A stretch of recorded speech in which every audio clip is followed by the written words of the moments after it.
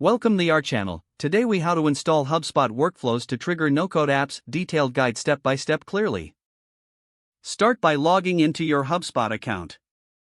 Navigate to the Automation tab in your HubSpot dashboard. Select Workflows from the drop-down menu. Click on the Create Workflow button.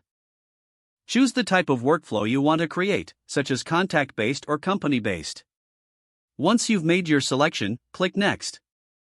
Set up the enrollment. For example, you can choose triggers related to website activity or form submissions. After selecting your triggers, click Apply. Now, you'll be on the Workflow Editor screen. Here, you can add actions that will occur when the enrollment criteria are met. Select the plus icon to add an action. Choose Send Email to notify team members or Create Task to assign activities. You can also select Add Delay to space out actions as needed.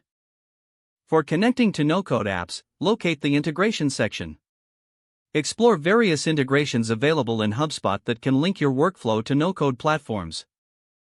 For example, if you want to trigger actions in Zapier, select Webhook.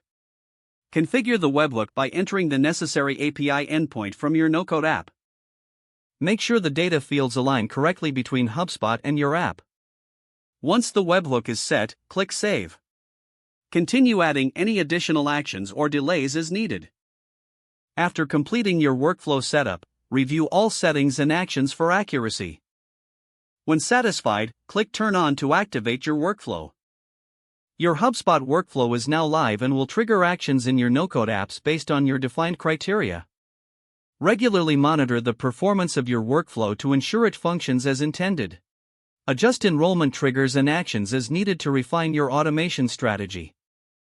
This approach enhances efficiency and streamlines processes within your organization.